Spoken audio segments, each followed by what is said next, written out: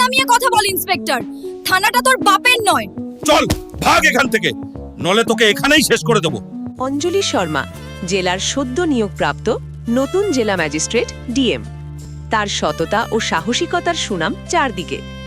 একদিন তিনি সিদ্ধান্ত নিলেন, সাধারণ মানুষের দৈনন্দিন সমস্যাগুলো তিনি নিজের চোখে কাছ থেকে দেখবেন।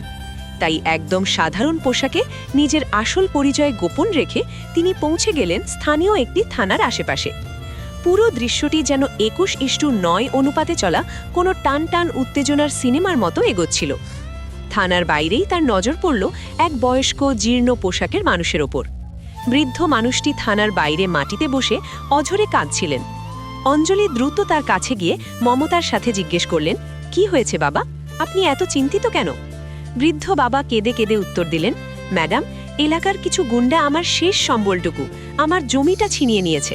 থানায় এসেছি অভিযোগ করতে, কিন্তু ইন্সপেক্টর টাকা ছাড়া কোনোভাবেই রিপোর্ট লিখতে রাজি হচ্ছে না। এ কথা শুনে অঞ্জলি আর এক মুহূর্ত দেরি করলেন না। তিনি বৃদ্ধকে সাথে নিয়ে সোজা ঢুকে পড়লেন থানার ভেতরে। সেখানে তখন ডিউটিতে ছিলেন দম্ভে পরিপূর্ণ ইন্সপেক্টর রঘুবীর সিং।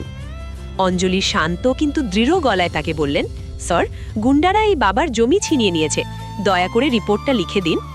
ইন্সপেক্টর রঘুবীর তাচ্ছিল্যের হাসি হেসে বললেন, তোমাকে কতবার বললাম, টাকা ছাড়া এখানে কোনো কাজ হবে না, যা আগে 10,000 টাকা নিয়ে আয়।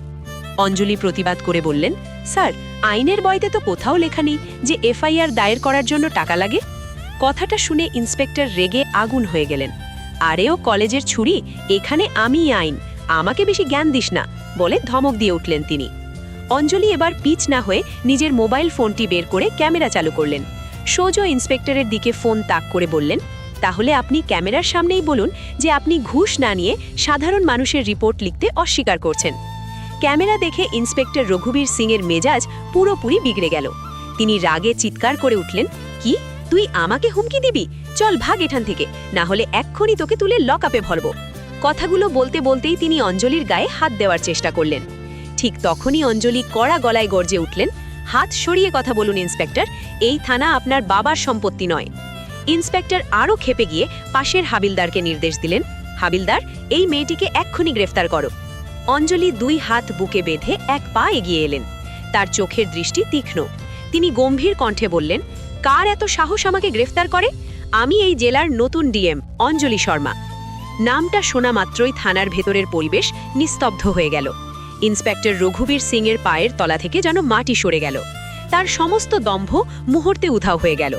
ভয়ে থরথর করে কাঁপতে কাঁপতে তিনি স্যালুট করে হাত জোড় করে বললেন, জয় হিন্দ ম্যাডাম, ম্যাডাম, আমার অনেক বড় ভুল হয়ে গেছে, দয়া করে আমাকে এবারের মতো ক্ষমা করে দিন।